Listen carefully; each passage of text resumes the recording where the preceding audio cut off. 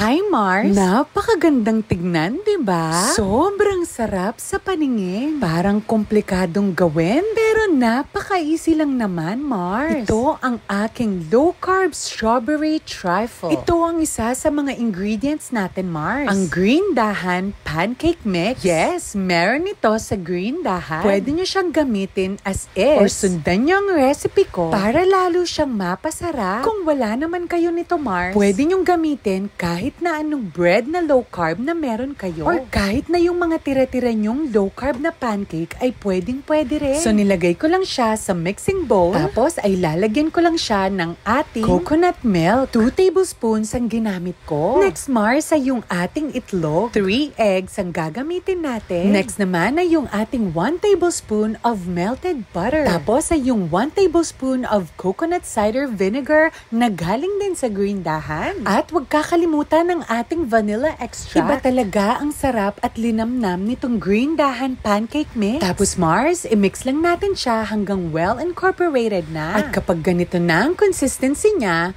pwede na nating i-preheat ang ating waffle maker dahil waffle ang gagawin ko ngayon. At habang tinutulungan akong gumawa ng waffle ni Junakis, gawin naman natin yung ating strawberry filling. Ang gamit kong sweetener, Mars, ay yung ating green dahan pure allulose na granulated. So nilagay ko lang sa ating kawali yung ating ni-slice na mga strawberries. Tapos ay nilagyan ko lang ng 1 teaspoon of pure allulose. Sinunod ko na rin yung ating 1 teaspoon of calamansi or lemon extract. Tapos, Mars, ihalo lang natin sila hanggang sa mag-caramelize na sila. After nun ay iset aside muna natin sila at gawin muna natin ang ating cream. Meron ako ditong 1 cup of all-purpose cream at gagamitan ko lang siya ng hand mixer. Tapos ay unti-unti nyo nang idagdag yung inyong powdered sweetener. Ang gamit ko, Mars, ay itong stevia erythritol blend na granulated, pero ginamitan ko siya ng food processor para maging powderized siya. Gamitan lang natin siya ng hand mixer hanggang sa maging double yung size niya. Pagkatapos nun, Mars, i-assemble na natin ang ating strawberry trifle. Hiniwa ko lang yung ating mga strawberries sa gitna para maging heart-shaped ang ating mga strawberries. Ganitong itsura ang gusto nating ma-achieve para maganda siya sa paningin. Tapos ay hihiwa-hiwain lang natin sila ng maninipis. Tapos, Mars, kukunin mo na yung iyong container na clear at ilalagay na natin yung ating mga hiniwang strawberries as design. Nilagay ko yung sakin, Mars, sa 4 na sulok ng ating container. Hiniwa ko rin ng maliliit yung ating mga waffle na nagawa kanina. Tapos ay ilalagay din natin siya sa loob ng ating container. Next naman nating ilagay, Mars, ay yung ating ginawang strawberry filling. Ibuhos na natin sila lahat sa loob, Mars, para yun ang magiging surprise ng ating strawberry trifle. At after naman nun,